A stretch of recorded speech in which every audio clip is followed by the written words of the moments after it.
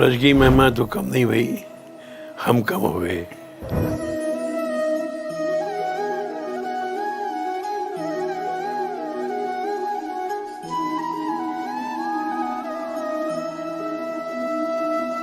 मेरे साथ एक ऐसे संत हैं जिन्होंने ब्रज को जिया है और मैं कहूं कि वो मूर्त रूप में ब्रज हैं। कथा पे कथावाचकों के लिए कोई निर्देश? प्रैक्टिकल देखिए, थ्योरी तो थोड़ी है। शुरू में आप भी गुरु तलाशे होंगे। मैं मरीज अकल था, मस्ती ने अच्छा कर दिया। हमको उन्हीं से प्रेरणा मिली। ये पहली विश्व गौशाला है, यहाँ बैगिंग नहीं, मांगा नहीं जाता। ये आंखों की बात है, न उसको भूले हम, भूले गए। भगवान मिलते हैं महाराज जी? अगर मिलते नहीं तो ये 60,000 गाय कौन खिलाता है?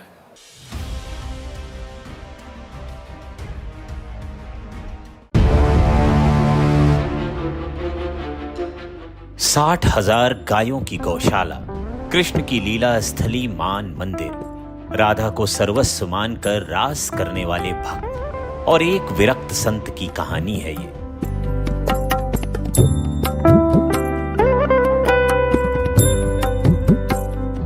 श्री रमेश बाबा जी का जन्म प्रयागराज में श्री बलदेव प्रसाद शुक्ला और श्रीमती हेमेश्वरी देवी के घर हुआ। बाबा ने अपना घर छोड़ दिया और निकल पड़े ब्रज की भूमि बरसाना के लिए, और आज तक बरसाना को छोड़कर कहीं नहीं गए। लेकिन श्री रमेश बाबा ने मां को कभी नहीं छोड़ा और उनसे उनका लगाव जीवन भर बना रहा। 2007 में यही प्रेम माताजी गौशाला के तौर पर आज एक मिसाल बनकर खड़ा है, जहां 60,000 गौवंशों की सेवा दिन रात होती है। पिछले 60 वर्षों से श्री बाबा महाराज ब्रज के एकमात्र ऐसे संत थे जो ब्रज के दिव्य पर्वतों पर अवैध खनन को रोकने के लिए चीख चीख कर आवाज उठा रहे थे। ब्रज के सभी पर्वत गोवर्धन पर्वत के ही विस्तार हैं। एक तरह से वे गोवर्धन पर्वत के ही अंग हैं। 2009 के कामा के महान अनशन को कौन नहीं जानता। तब उन्होंने राधा रानी ब्रज यात्रा के अंत में बिना भोजन और बिना पानी के बिल्कुल अकेले ही अनशन पर बैठने का निर्णय लिया। उनके साथ 10,000 ब्रज यात्री और ब्रजवासी बैठे थे। यह भारतीय इतिहास में अब तक की सबसे बड़ी भूख हड़ताल थी, जिसमें एक ही समय में लगभग 10,000 लोग भूख हड़ताल पर बैठे। रमेश बाबा जी महाराज ने ब्रज में रहने और ब्रज में ही अपना शरीर त्यागने का संकल्प लिया है। उन्होंने 62 वर्षों से ब्रज से बाहर कदम नहीं रखा है। वे कोई शिष्य नहीं बनाते, क्योंकि उन्हें लगता है कि वे गुरु बनने के योग्य ही नहीं हैं। भले ही उन्होंने इतने बड़े बड़े काम अपने हाथों में लिए हों, लेकिन उन्होंने कभी किसी से कोई पैसा नहीं लिया या किसी परियोजना के लिए पैसे नहीं मांगे। हिंदू धर्म में ब्रज का बहुत ही विशेष स्थान है। आप जब ब्रज आते हैं तो आपको कई तरह के एहसास होते हैं। ब्रज में अगर कृष्ण हैं तो राधा भी हैं, ब्रज में अगर सरोवर हैं तो मंदिर भी हैं, ब्रज में अगर संप्रदाय हैं तो परंपराएं भी हैं, और अगर ब्रज की रज माथे पर लगाई जाती है तो इसके साथ साथ ब्रज की भावना मन में बसती है। आप जब ब्रज आते हैं तो यहाँ विरक्त संतों, अनुरक्त संतों की एक पूरी परंपरा के भी दर्शन होते हैं।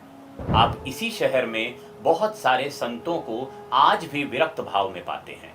उनका उद्देश्य केवल हरि नाम संकीर्तन करने का होता है, या वो किसी एक इष्ट देव के प्रति समर्पित होते हैं। आज हमारे साथ ब्रज के ऐसे ही विशिष्ट संत हैं श्री रमेश बाबा जी महाराज। ये हमारा सौभाग्य है कि हमें उनका वक्त मिला है, क्योंकि मैंने जीवन में कभी कल्पना नहीं की थी कि मैं उनका वक्त पा पाऊंगा और मैं इस तरह इस वेश में यहाँ बैठकर उनसे बात कर पाऊंगा। लेकिन ये साक्षात्कार नहीं है, ये केवल मार्गदर्शन है, क्योंकि विगत काफी समय से ब्रज को लेकर मेरे मन में बहुत सारे सवाल थे। 20 सालों से मैं धर्म कवर कर रहा हूं और मैंने कथा, ब्रज, बहुत सारे सन्यासी, यहाँ के चलन परिचलन, इन सारी चीज़ों को समझने की कोशिश की है। मैं नियमित लिखता भी रहता हूँ अखबारों में इस विषय पर। लेकिन आज मेरा सौभाग्य है कि मेरे साथ एक ऐसे संत हैं जिन्होंने ब्रज को जिया है, और मैं कहूँ कि वो मूर्त रूप में ब्रज हैं। तो आइए हम समझने की कोशिश करते हैं कि ब्रज क्या है, ब्रज की गरिमा क्या है, ब्रज की महिमा क्या है, कथा कैसे हो रही है, कथा कैसे होनी चाहिए, और जब आप ब्रज आए तो करें क्या, ये सबसे महत्वपूर्ण है। पूज्य बाबा जी, आपका स्वागत है। हमें ये मार्गदर्शन करिए कि ब्रज क्या है, क्योंकि आज लाखों लोग ब्रज आते हैं, सुबह आते हैं, मंदिर दर्शन करते हैं, टीका लगाते हैं, फोटो खिंचवाते हैं, फिर चले जाते हैं, फिर अगले हफ्ते आते हैं। तो असली ब्रज क्या है? अपने को कुछ नहीं समझना। जब मनुष्य अपने को कुछ समझता है, वही भूल है इसकी। संपूर्ण आश्रय का मतलब है कि मैं अनजान कछू नहीं जानूं, भली बुरी को नहीं पहचानूं, जैसी तैसी तुम्हें ही जीनो, गुरु विद्वान खिलाना दीनो। इस पद को हम जब लगभग 80 साल पहले गुरुद्वारा में जाते थे झूसी में अपने माता पिता के साथ, तो वहाँ ये आरती होती थी। सहजो भाई का पद था, वो आज तक याद है। न उसको भूले हम, न भूलेंगे। आपको माँ की कौन कौन सी बातें याद है? माँ तो वो चीज़ जो भूल नहीं सकता जीव। माँ को भूल गया तो कुछ नहीं रहा। अपनी माँ को भूलना ही अपना सर्वनाश करना है। भारत माता,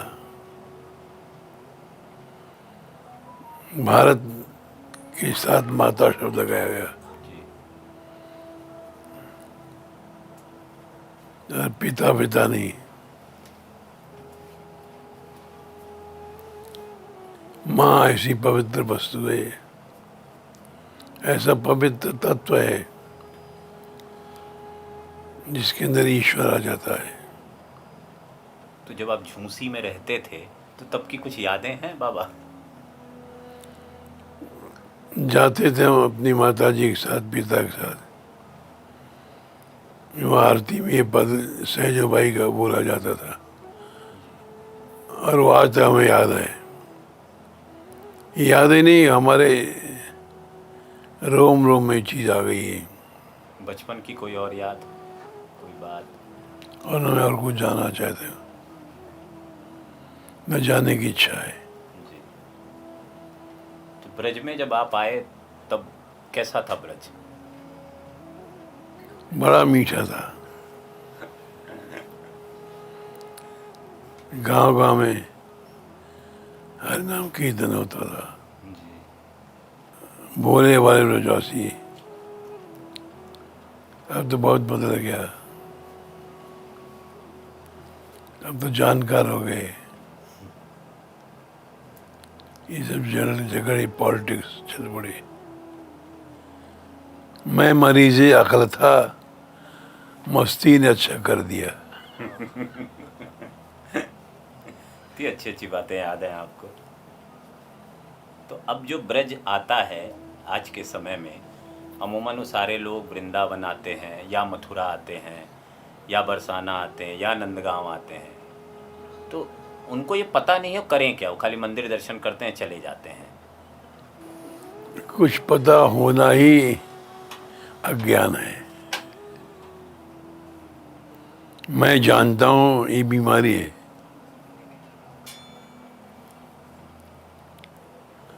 हम कुछ जान नहीं सकते हैं। जी। मैं अनजान कछू नहीं जानू, भली बुरी को नहीं पहचानू। इसी में जो सुख है, जो आनंद है, चाहे उसको ब्रह्मानंद कर लो। तो ये आनंद आम लोगों को कैसे मिले? हम जैसे सांसारिक व्यक्तियों को ये आनंद कैसे मिल सकता है? ऐसे आनंद वाले का संग किया जाए। तो आपका संग कहाँ मिलता है? अब जो आपका संग पाने आता है उसको कैसे मिला आपका संग? शाम को हम गाते हैं, जी। करीब 70-80 लड़कियां रहती हैं। वो कुछ नहीं जानती, नाचती हैं, गाती हैं, और इसे जानने की जरूरत नहीं है। आप कभी भी संध्या को आइए, प्रैक्टिकल देखिए। थ्योरी तो थोड़ी है, सच्चे भक्त बन जाओ, भावना में डूब जाओ, ये जानने का झगड़ा छोड़ दो। बाबा आज का युवा ना वो गूगल करता है, बड़ा खोजता है, वो हर चीज उसको खोजनी है और वो पहुंचता कहीं नहीं है, लेकिन खोजना तो चाहता है। शुरू में आप भी गुरु तलाशे होंगे, ये भी गुरु तलाशे होंगे, कहीं ना कहीं से कहीं पहुंचे अज्ञानता की ओर। वही वे खोजते रहे, हम तो नहीं खोजते हमें झगड़े में नहीं, न हमारा कोई संप्रदाय न था, न है, न होगा। तो गौशाला खोलने का विचार कैसे आया बाबा? इतनी बड़ी गौशाला, 60,000 गायें। मैं पथमेड़ा भी गया हूँ बाबा, वहाँ की भी थोड़ी सेवा की है, पर आप जैसी गौशाला ये विचार कैसे आया बाबा? भारत माता का स्वरूप क्या है? माता। भारत को जानो तो माँ को जान लो, कुछ मत जानो, केवल माँ को जान जाओ। सारा ब्रज ही, ब्रज माने खिरक, गायों का स्थान। ब्रज गोविंद, गा विंदती थी गोविंद, गाय की रक्षा करे। गोपाल, गा पालयति गोपाल। ऋग्वेद में सबसे पहले भगवत धाम को जब वर्णन आता है, यत्र गावो भूर श्रृंगा आयास। जब अनादिकाल से चला है कि भगवान कहाँ रहता है, जहाँ ऊंची सींग वाली गायें रहती हैं, गोलोक। तो गाय तो अनादिकाल से चल रही है। इसीलिए हम ये समझते हैं, यद्यपि ऐसा कहना अच्छा नहीं लगता है, हमारे यहाँ जिस भाव से गौशाला में सेवा हो रही है, इससे सारे विश्व का कल्याण हो रहा है। क्योंकि हम गाय को पशु नहीं मानते हैं, हम गाय को माता मानते हैं, और ऐसी माता मानते हैं कि हमको दूध कभी उसका नहीं चाहिए, हम उसकी सेवा करें। दूध के लिए सेवा करना ये हम दूषण समझते हैं। वो पुत्र नहीं है।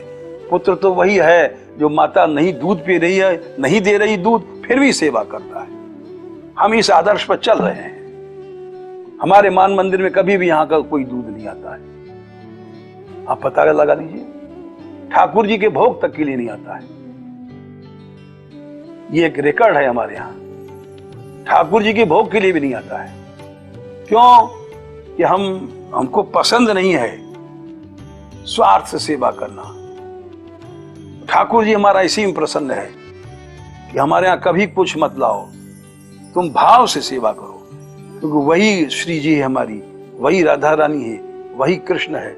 और भगवान की निष्काम भक्ति करनी चाहिए, मतलब की भक्ति नहीं करनी चाहिए। हम उस पर राधा रानी की दया से चल रहे हैं। हम तो क्या चल रहे हैं, हमारी भावना है, हम तो सेवा नहीं करने जा रहे हैं, लेकिन ये सेवा कर रहे हैं बेचारे, ये इस भाव से चल रहे हैं, तो हमको भी बड़ा संतोष है। पर गौवंश को लेकर जो काम चल रहा है बाबा, जैसे हम ब्रज में ही देखते हैं, बहुत सारी गौशालाएं हैं जो अच्छी अवस्था में नहीं है। हाँ, गौ सेवा को लोगों ने व्यवसाय बना लिया, ये ठीक नहीं किया। इसलिए हमारा गौ सेवा व्यवसाय नहीं है।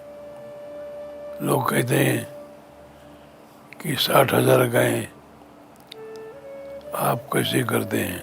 हमने कहा भाई, न कोई हमारे कोई चंदा है, न चिट्ठा है, न कोई रसीद है, देख लो तुम, सेवा होती है बस।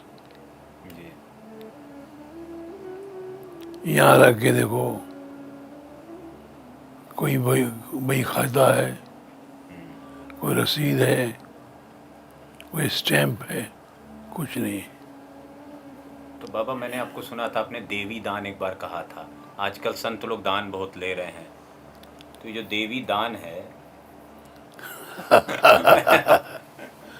वो दैवी दान तो झगड़ा। तो आजकल सब कुछ दान पे चल रहा है बाबा, कथा भी दान पे चल रही है, आश्रम भी दान पे चल रहा है, बेटी का ब्याह भी दान पे हो रहा है। नहीं, हमारे यहाँ कुछ नहीं चल रहा है। नहीं, आप क्या नहीं, बाहर जगत में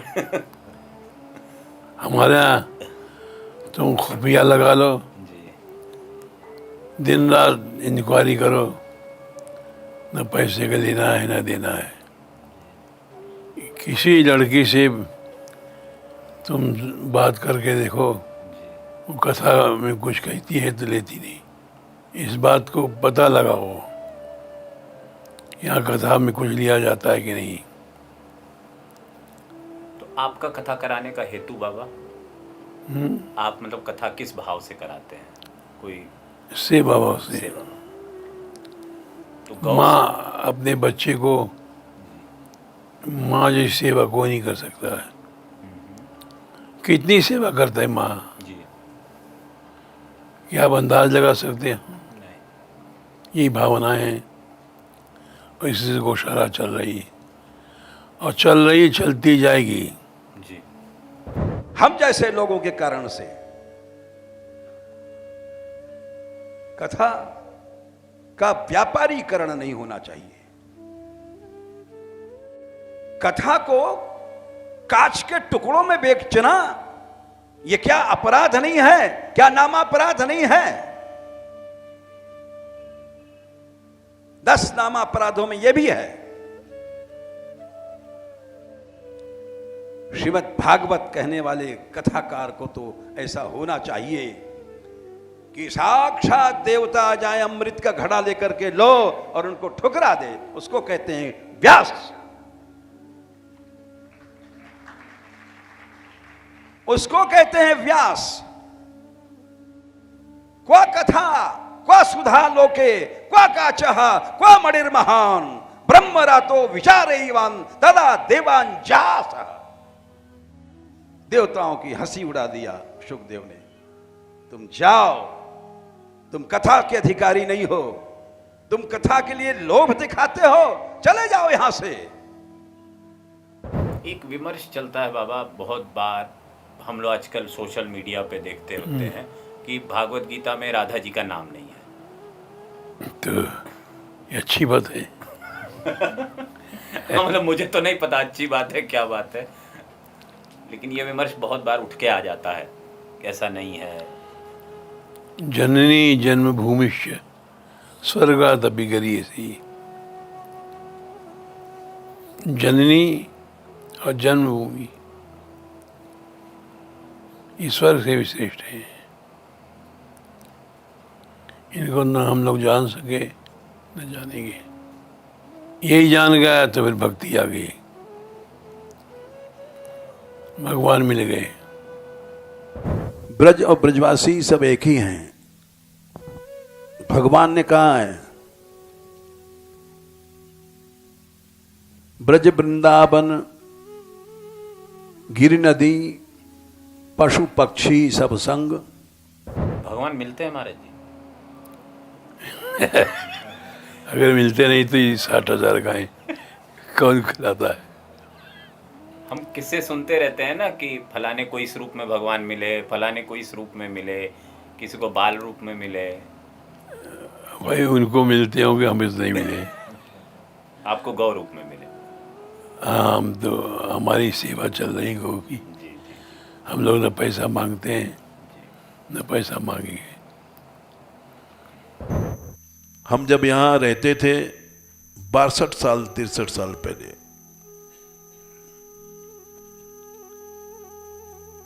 तो सवेरे हम पद गा रहे थे। मैं जान्यो नहीं हाय सखीरी, पीऊ को मिलन कैसे होरी।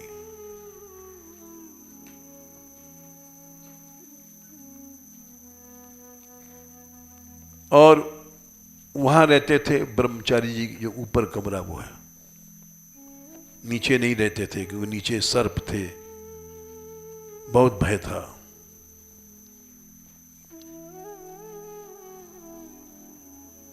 लोग कहते थे तुम यहां मर जाओगे। डाकू आते थे।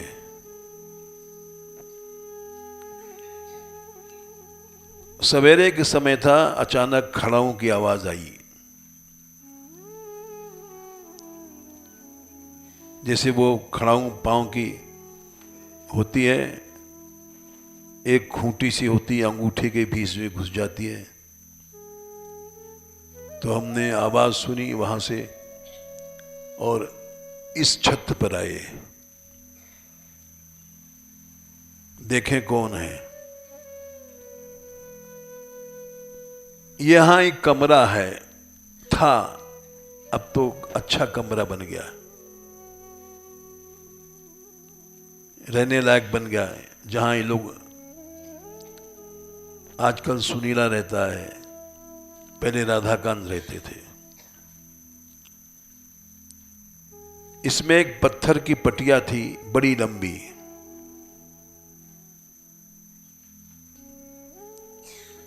उतना लंबा पुरुष निकला।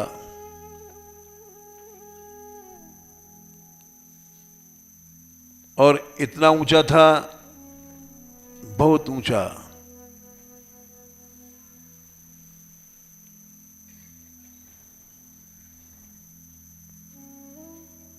और उसने हमको दे कहा, बाबा सियाराम, सिर झुकाया। हमने भी हाथ जोड़ा, राधे श्याम कह करके। उसके बाद वो मंदिर में घुसा, हम जल्दी से उतर के आए कि कौन आदमी है, ये तो आज तक देखा नहीं हमने कभी। यहां आए तो गायब था, वो नहीं था। चारों ओर दौड़े, यहां से वहां तक, पहाड़ पर, कुछ पता नहीं।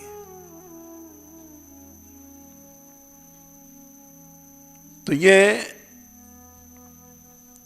इसने कह रहे हैं कि कभी कभी वो दिखाई पड़ते हैं।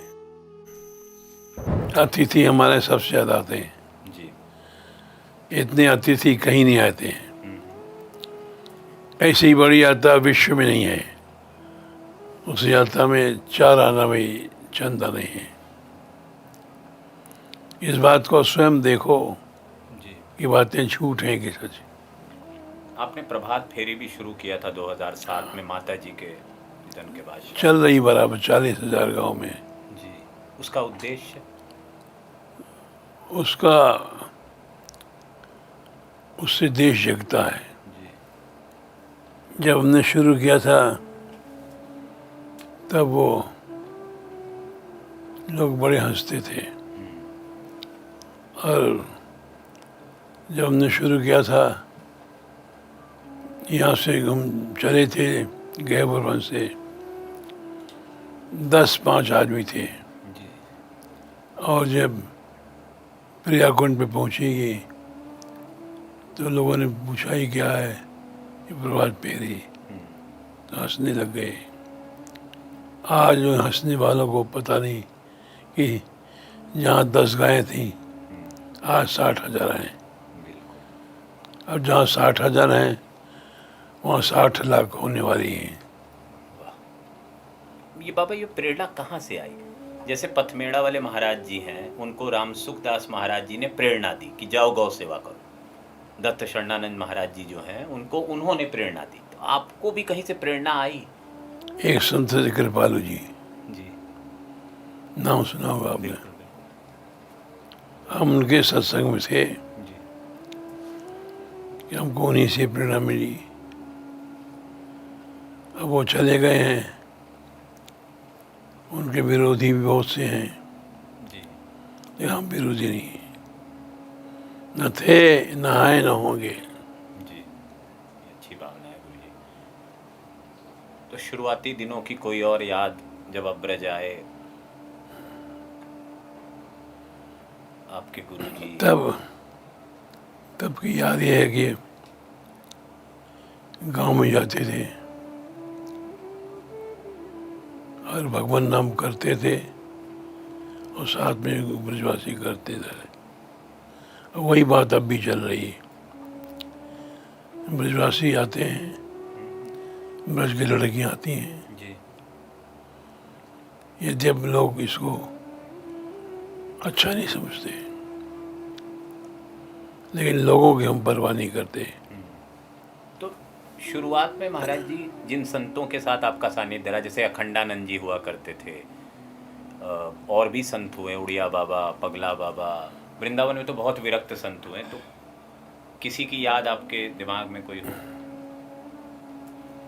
एक थे गहवा मोनी बाबा, वो उनको कोई समझ नहीं पाया। जी। कोई जाता था अपने सिर में चप्पल मारते थे, अरे ऐसा क्यों? तो बैठ नहीं सकता था, चला जाता था। ये आंखों देखी बात है। अच्छा, किसी को भगाने के लिए कि मेरा समय हाँ। बर्बाद मत करो, मुझे भक्ति में लगे रहने दो। हाँ, अपने आप चला जाता था।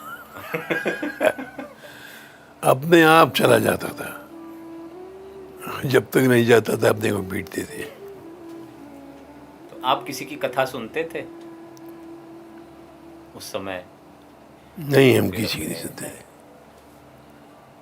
हम सुनते थे कृपाली जी के। कृपालु जी के। उसके बाद जाने क्या हुआ, हम्म। हमको वहाँ से हटना पड़ा। ये क्यों हटे, कोई अभाव नहीं, कोई कमी नहीं देखी हमने।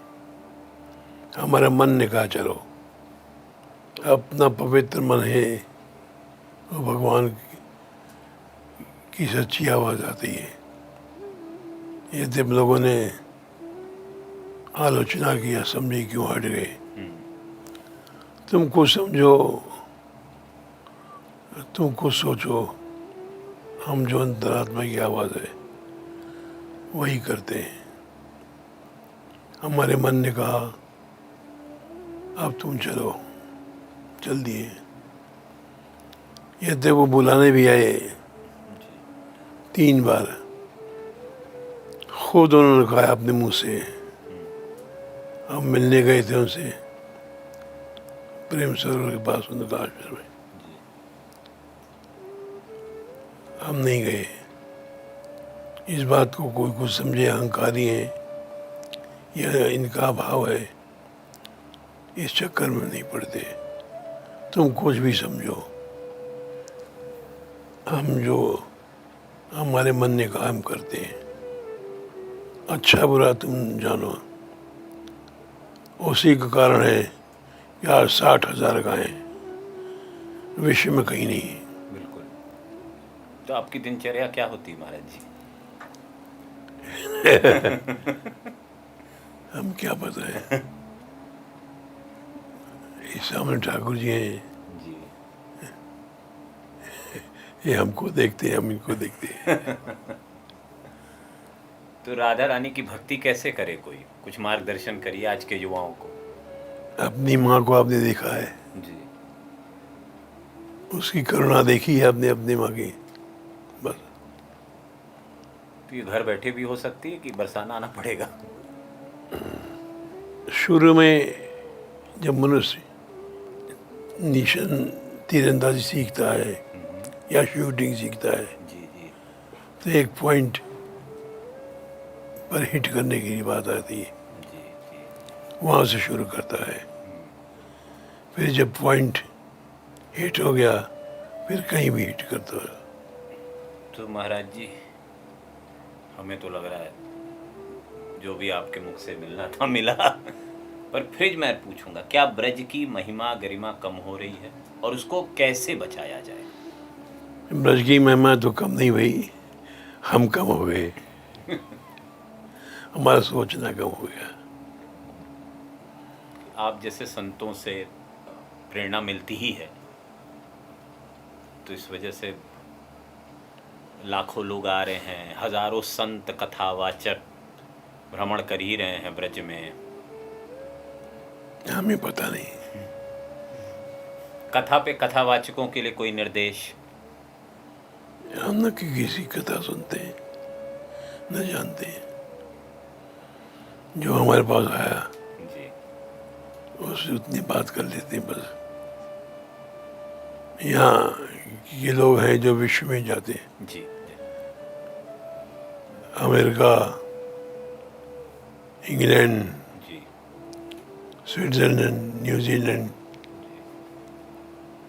लेकिन वो सब ऐसे पैसा नहीं मांगते और भविष्य में मांगेंगे भी नहीं। यद्यप भविष्य हम जानते नहीं क्या होगा, जी। लेकिन गौशाला चलेगी। गौशाला चल रही, पैसा नहीं मांगती है। ये पहली विश्व गौशाला है जहाँ बैगिंग नहीं, मांगा नहीं जाता। आप इसको जी। वहाँ रख कर अध्ययन करो, जी। खुद देखो, सुने की बात मत सुनो, खुद देखो कि इनकी लाइफ में क्या है। बिल्कुल। पास रहोगे तो जान जाओगे कि मांगते हैं कि नहीं मांगते हैं। वृत्ति से जान जाओगे तो किसी की बात मत सुनो, स्वयं निर्णय लो। बिल्कुल। आभार। और जो मन हो, आज सूरदास जी की जयंती है, कुछ गा ही दीजिए। हम सूरदास जी के आज गए थे संसर दर्शन करने। जी। तो वैसी भक्ति अभी है समाज में? है, है। हमारे यहाँ है। हम लोग मांगते नहीं, मांगते नहीं, दान देते हैं हरि नाम का। यद्यप देने लायक नहीं है लेकिन देते हैं, कोशिश करते हैं। हमारे यहाँ शाम को सत्संग होता है, जी। उसमें कोई चंदा नहीं, चिट्ठा नहीं। आप स्वयं आगे देखो, बस कीर्तन करो, चले जाओ। तो बिना दान के धर्म चल सकता है गुरुजी? ये सवाल बहुत लोग पूछते हैं, फॉरेन के लोग आते हैं, बहुत पूछते जी। हैं भाई कैसे चलता है ये, भगवान जाने, चल रहा है ये जानते हैं। यात्रा में 30-35 हज़ार आदमी तक हो जाते हैं। जी। हर साल उठती है। यहाँ तक कि कोरोना काल में गवर्नमेंट का ऑर्डर था कि यात्रा कोई नहीं उठेगी, हमारी यात्रा चली। और 2013 में भी यमुना जी को लेकर आपने एक बहुत विशाल यात्रा निकाली थी, मेरा भी सौभाग्य था देखने का। तो यमुना जी को लेकर क्या कहेंगे? समस्या सुलझ गई या कार्य बाकी है? कुछ काम हुआ है, कुछ बाकी हो सकता है। तो आप आह्वान करेंगे कि सब लोग यमुना जी के लिए कार्य करें, संत समाज? और आह्वान हम पब्लिक लिए नहीं करते। जी। शाम को सत्संग होता है, वही आह्वान है, वही, कहीं आते जाते नहीं। जी। क्योंकि आने वाले वक्त में बाबा ब्रज क्षेत्र में बहुत विकास होने वाला है, कॉरिडोर बनने वाला है, माइथोलॉजिकल सिटी बनने वाली है, बहुत कुछ सरकार प्लान करके, मंदिर को लेकर भी कुछ आंदोलन जैसा खड़ा हो सकता है। अच्छी बात है। हाँ, तो ऐसे में यमुना जी को लेकर कोई मार्गदर्शन, कुछ विचार? पार्टिकुलर यमुना जी के विषय में हमने नहीं सोचा। आराधना करते हैं राधा रानी की, श्री जी का अंश है सब यमुना जी, और श्री जी की आराधना हम सबकी आराधना।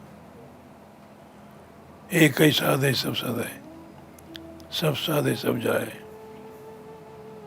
ठीक है बाबा, बड़ी कृपा।